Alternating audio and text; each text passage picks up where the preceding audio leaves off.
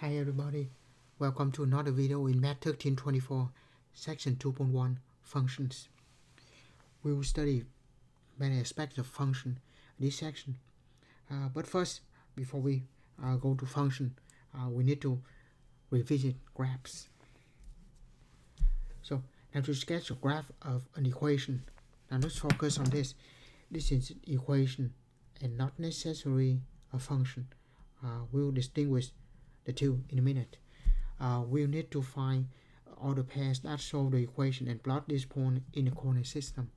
So just find the point and connect them and make the graph. So just make a table.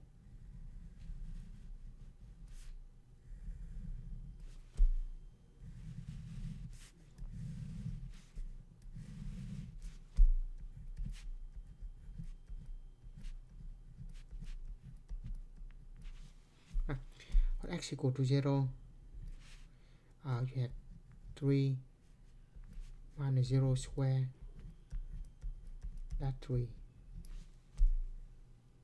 So point 0, x equals 0, y equal to 3. 1. And that's 2. X equal to 1, y equal to 2. We'll try negative 1. 3 minus 1 is 2.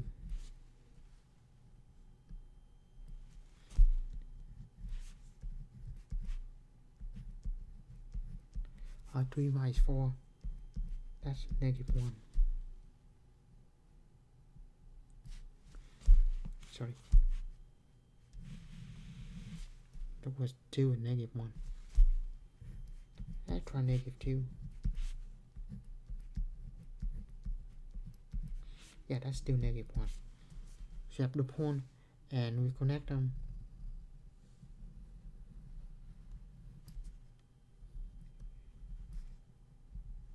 We have the graph. So that's pretty much it. Plot on the point and then try to connect, not connect in the straight line, but connect it to follow the shape of the graph, and so that's what we have. Now we have x equal y squared plus 1. Now unlike this, we'll choose x because we have y equal to something x. In that case, we just choose x. Now in this, we have x equal to y squared plus 1. So it would be y if we choose y, and then we solve for x.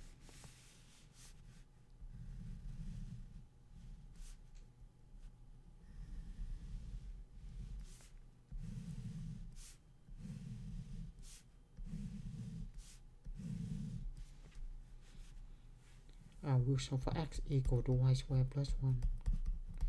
And we will choose y. Again, it would be y, so choose some small number like 0, 1, negative 1, 2, and negative 2. And substitute in here.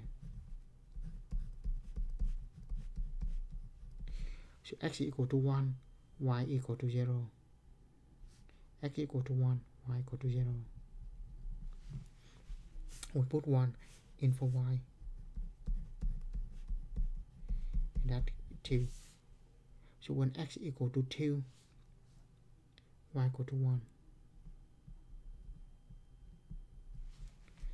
Now we try negative 1. 1 plus 1 is 2. X equal to negative 1, y equal to 2. 2 square plus 1, that's 5. X equal to 5, y equal to 2. Negative 2 plus 1, so that also 5. So we have the points and connect them. We have the graph of the equation. Right.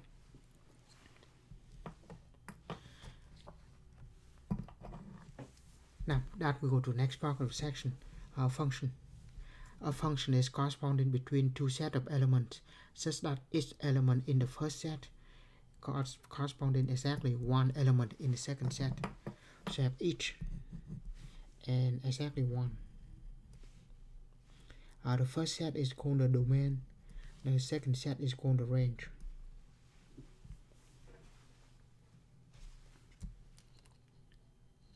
Right.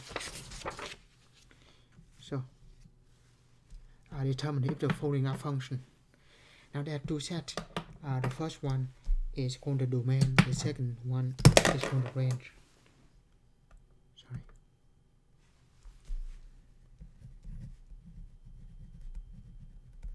The domain and then range.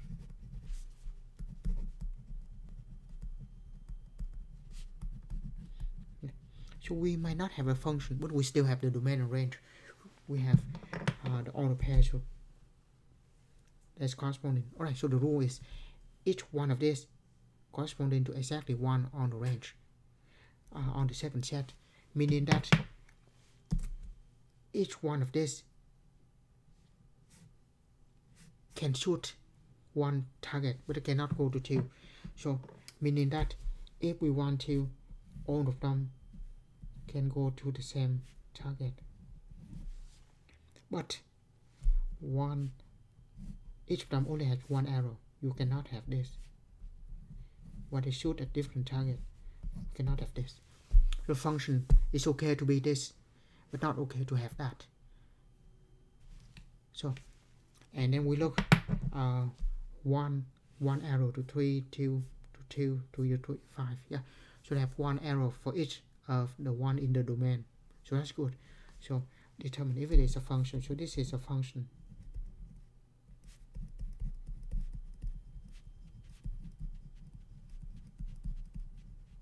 And this one not a function.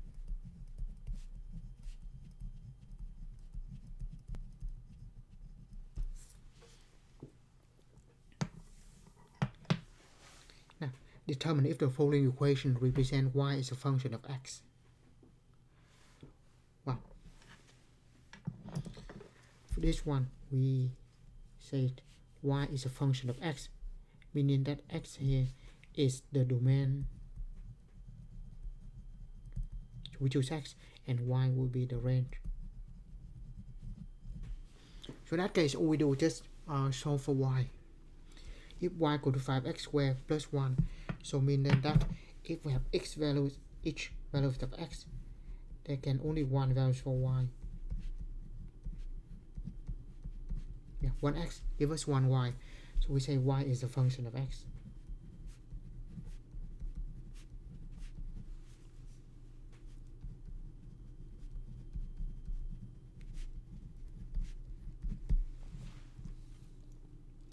Now y squared equal to 2x. Now we still need to solve for y. Now little size problem. If we have, let's say, x squared equal to 9. Of course, I ask you what is x. Well, say x could be 3, right? Because 3 squared is 9. That's good. But don't forget that it can also be negative 3. Because negative 3 squared is also 9. So in general, we have x squared equal to a, and if a is positive, so if x equal to plus or minus square root of a.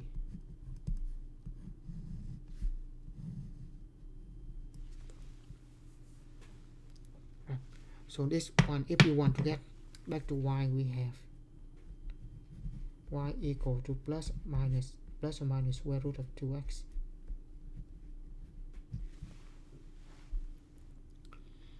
So now we said, what is significant of that? Well, the significant is if we have 1x, we may have y equal to square root of 2x, or we might have y equal to negative square root of 2x. So here we have 1x but two different y values. So in this case we say y is not a function of x.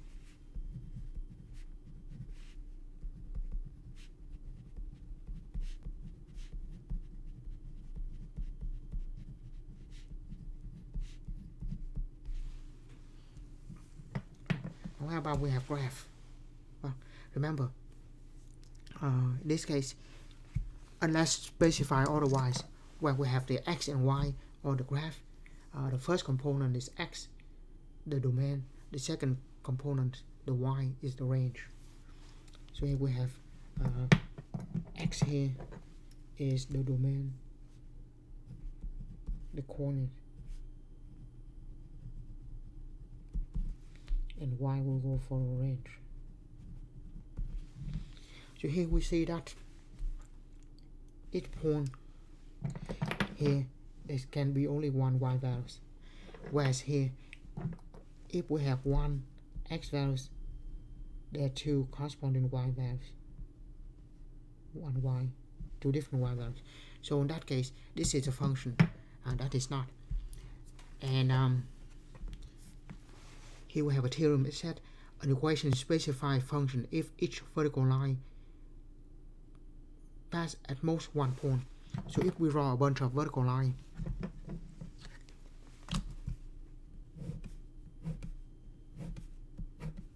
as you see, when intercept the graph only at one point the most. If we have the line here, it intercept at 2 points. So this failed the vertical line test. This called the vertical line test. And if a vertical line cuts the graph at 2 points, it is not a function. So if any line passed through 2 or more points, there's not specified function. So that's why this is not a function.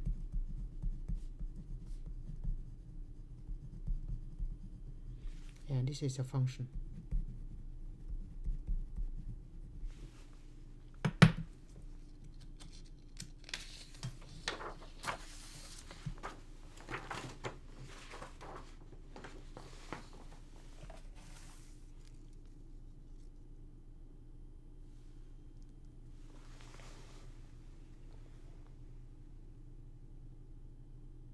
Now we have function notation. If x represents an element in the domain of a function f, then we use the symbol f of x in place of y to designate the number of the range of the function f to which x is paired. Right, so bottom line is we're going to write f of x like this. We say x is in the domain, and whatever values when we evaluate that give us the range. And usually we say y is equal to a function of x, like that. And here's some note. All the real numbers, the domain, all real numbers for polynomial, something like this, meaning we can put any x in it and we have the values of the function. The rational function is everything except when denominator equal to 0. So if we divide by 0, that will be undefined. So what we want is when we divide it by, it have to be not equal to 0.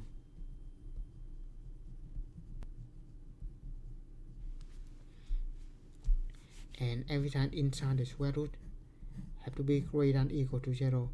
Otherwise, if we have negative inside the square root, is imaginary. So we should say it. If we have negative,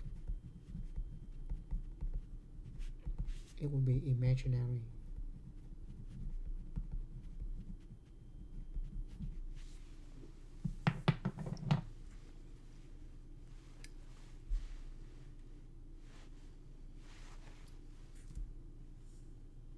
So find the domain of the following function.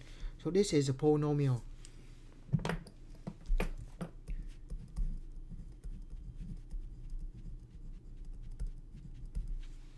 And the domain is all real numbers, so we can substitute every number in for x and there is no restriction. So domain is all real number.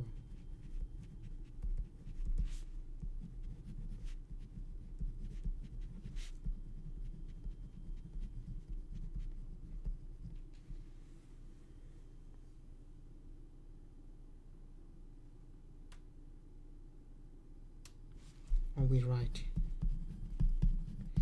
or if we want to, we can just say it. That will be the whole number line.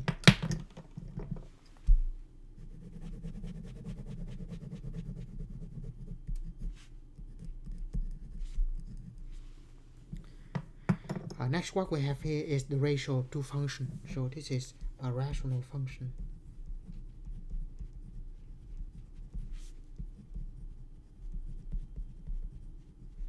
And the domain is denominator not equal to 0.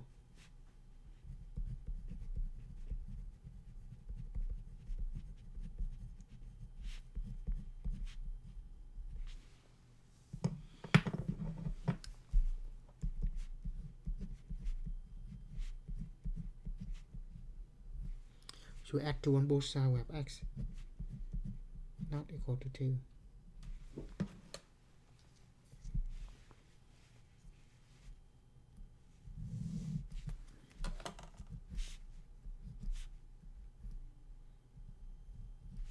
So we have to have everything could be greater than 2 or less than 2.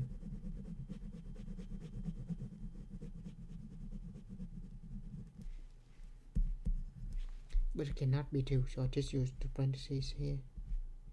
Or we use an empty circle, which is perfectly fine. So if we write that, we have negative infinity to 2, then 2 to infinity. We use the symbol that for the union of the two.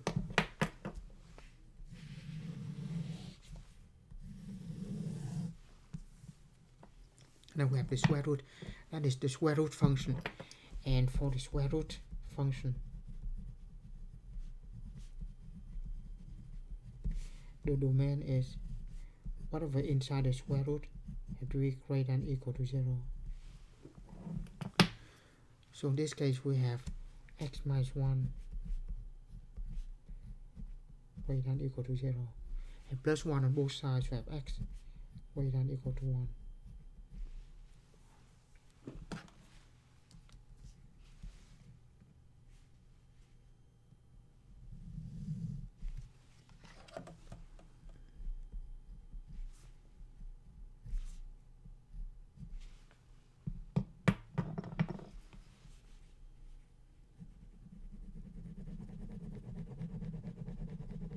So it won't be greater than 1, and say we use the bracket for it.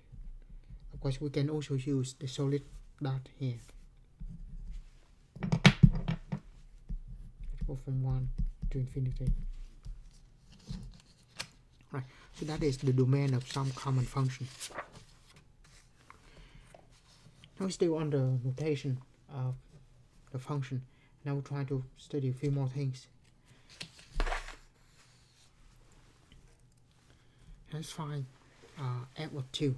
So the thing about a function, so our function is for each values of x, there's one value for y. So think about that like microwave, cooking machine, or anything. So if you put something, a dough, into a bake, an oven, it will bake into a cake. So if you put one piece of dough, you have one cake. Just like that. Now if we have a function like this, there's one x values, but in the equation there might be more than one x. The rule is whenever we substitute in one x, we substitute for each of them. So to which I can say it, in general we have this.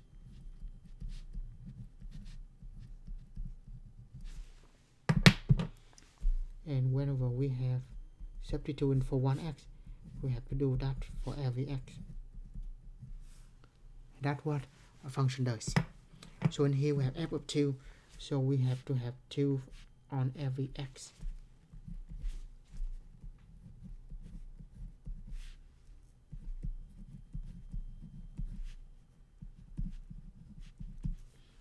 So that 4 minus 4 plus 3 is 3.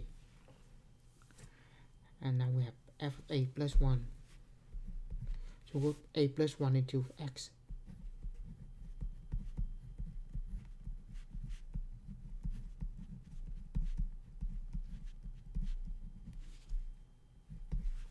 Of course we can simplify, or we can just leave it like that. So we just give it like that. The rest we just need to multiply and have to combine like terms. So that's not the point here. The point here is the function. So first we ignore it. It's going to be something square minus 2 of that something plus 3. It just happened to be inside x plus 5. So that once again I'm just going to leave like this. So the point is we just substitute in every x. So each x is the parentheses, and then when we replaced all the parentheses, the same thing, label all the parentheses the same way. Next we find the different quotient. So different quotient is just a formula. They said, what do we use this formula for? Well, when you get to the second part of the class, it's called the business calculus, the math 1325. That of course is significant. For now, but just a formula, no more than just a formula.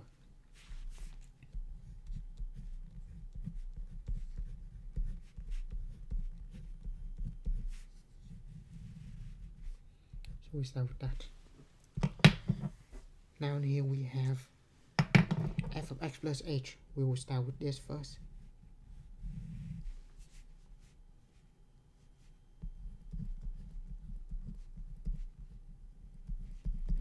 And we ignore what inside the function says, that negative 2 of something, then plus 5.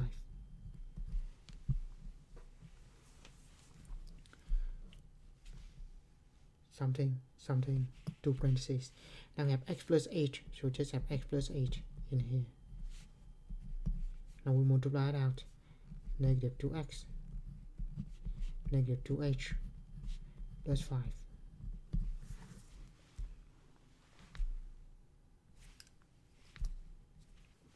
Just want to switch color here. So the first part is going to be that.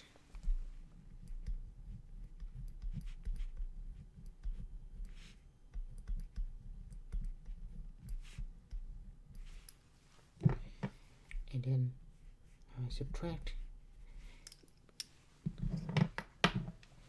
this. Now this is easy, that's just the original function.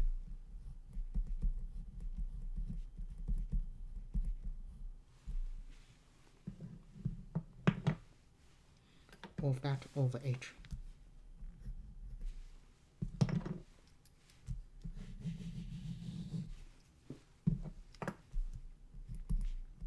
Now we remove the parentheses, or remove the bracket. Negative, subtract the negative, it's a plus. Subtract plus that minus 5 over h.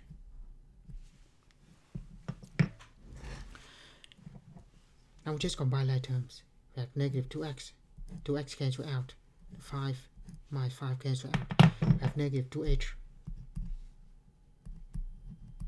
over h.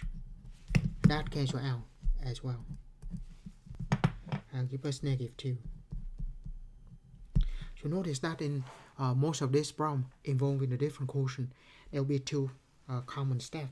The first step is that here, if we have the term that have no h, got cancel. So I will say cancel everything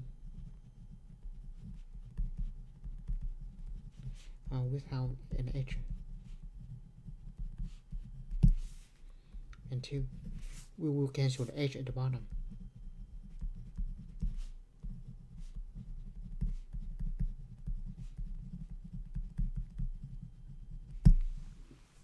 So those two common steps usually will show up again. Now we go to the next problem, this one. So once again, we start with the different quotient.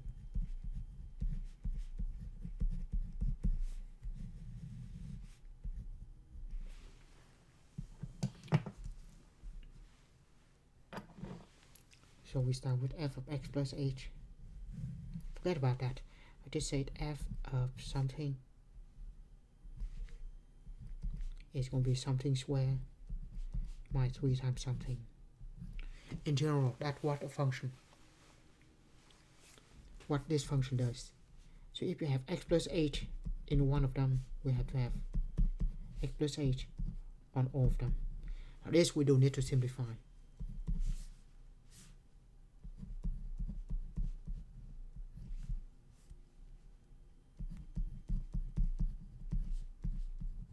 Multiply the amount, negative 3 times x, negative 3x, negative 3h.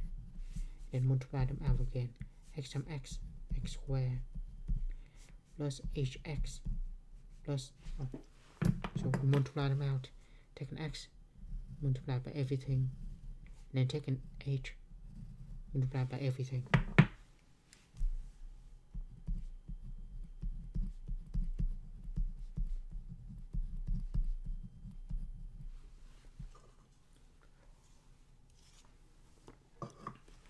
Combine like terms, have x square plus 2hx plus h square minus 3x minus 3h.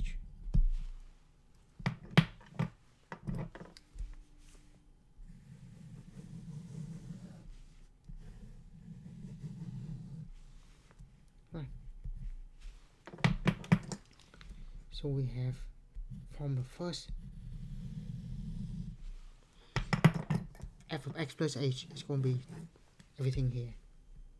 So I will write x square plus 2hx plus h square minus 3x minus 3h. And that subtract f of x, which is just the original function.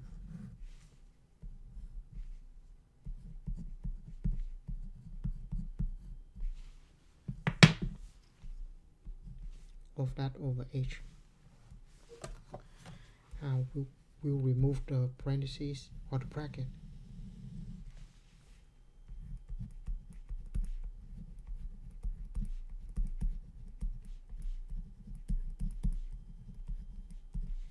Minus x squared minus a negative, that's plus 3x. Now we combine like terms. Now just like this, if we have no x, no h, that should cancel with something, so that x squared cancel with x squared. Now the 3x cancel with the 3x because that have no h. Everything else we have an h in it.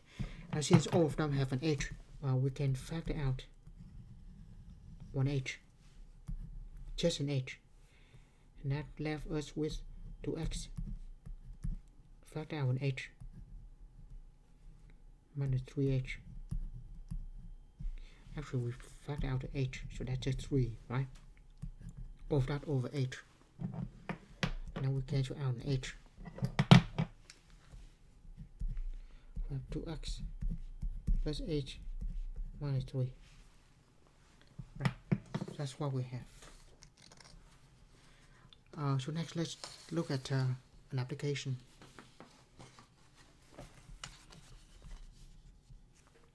And we talked about break-even on the previous section, and we'll revisit this again.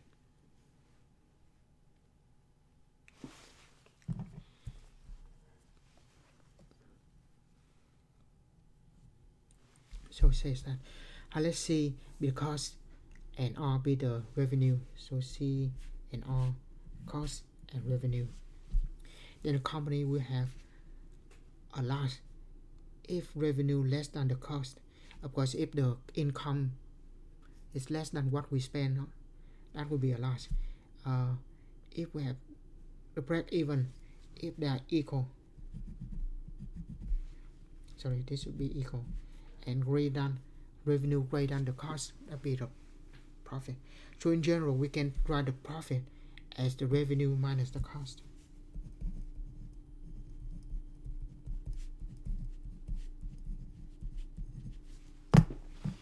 So in that case, the profit is less than 0, that the loss. Profit is greater than 0 is the profit, and if it's equal to 0, that's the break even.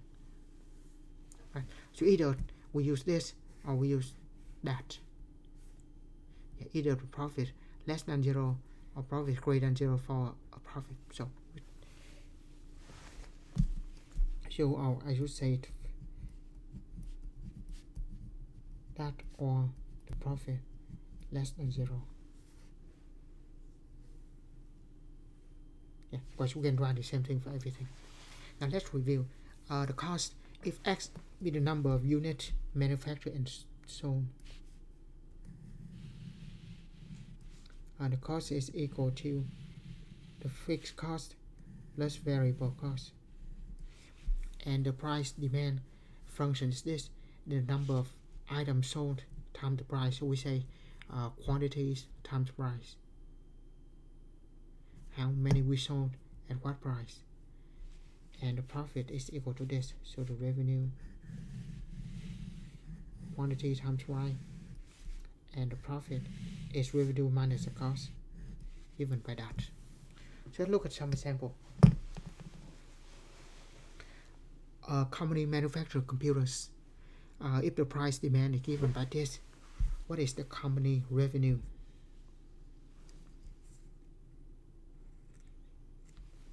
So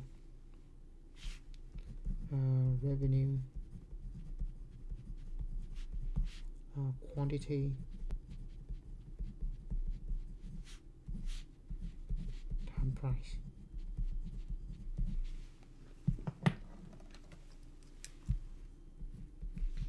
Quantity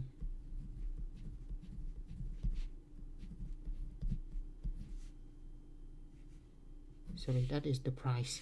The quantity is x. So have x times that. Multiply them out, you have 2000x minus 6x squared. So that is the revenue function. Quantities times the price. How many we sell at what price? The same company established the cost. So if the cost is this, what is the profit function? So the profit equal to the revenue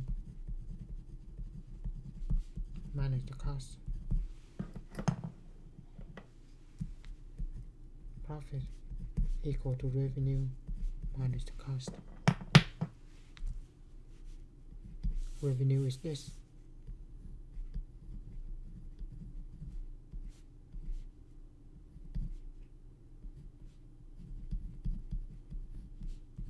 The cost is this.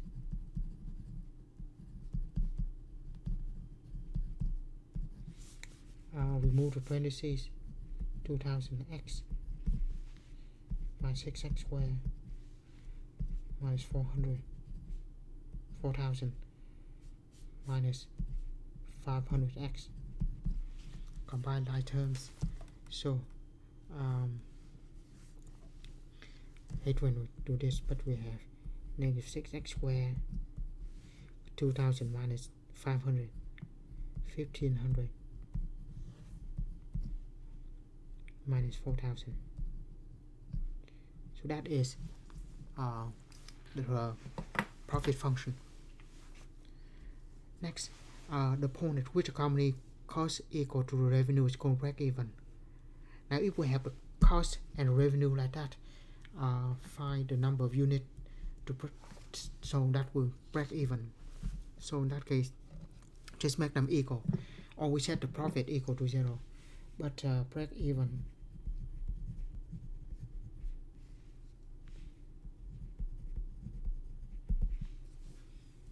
is where the cost equal to the revenue.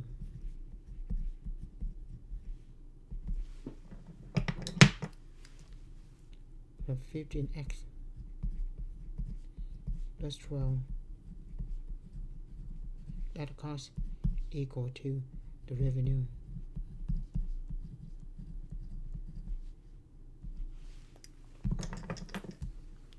So if we solve for x,